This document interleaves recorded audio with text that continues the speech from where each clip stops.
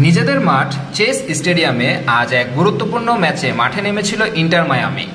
তবে সবচেয়ে বড় দুঃসংবাদ ছিল দলের প্রাণভোমরা লিওনেল মেসিকে ছাড়াই খেলতে হয়েছে আজকের ম্যাচ। নিষেধাজ্ঞার কারণে ম্যাচটি মিস করেছেন আর্জেন্টাইন তারকা।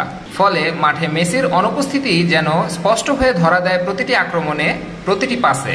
ইন্টার মায়ামির প্রতিপক্ষ ছিল MLS এর অন্যতম শক্তিশালী দল এফসি সিনসিনাটি। দুই দলের মধ্যেই ছিল উত্তেজনা, গতি আর প্রচুর সুযোগ তৈরি করার প্রচেষ্টা।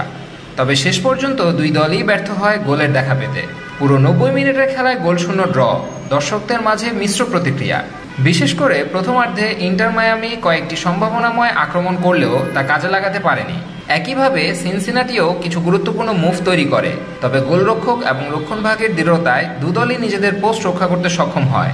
তবে প্রশ্ন থেকেই যায়, মেসি থাকলে কি ফলাফল ভিন্ন হতে পারত না? তার পায়ের জাদু, মাঠ জুড়ে উপস্থিতি এবং গোল করার অসাধারণ দক্ষতা হয়তো আজ ইন্টার মায়ামিকে জয়ের মুখ দেখাতো। ম্যাচ শেষে ইন্টার মায়ামির কোচ জানান, মেসিকে ছাড়া মাঠে নামা সবসময় চ্যালেঞ্জ, তবে আমাদের দল লড়েছে এবং আমরা গর্বিত।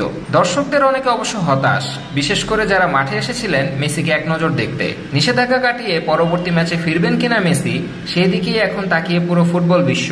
আজকের ম্যাচে জয় না পেলেও ইন্টার মায়ামি দেখিয়ে দিয়েছে তারা একসাথে লড়াই করতে জানে। তবে মেসির জাদু ছাড়া এই দল যেন অসম্পূর্ণই থেকে যায়।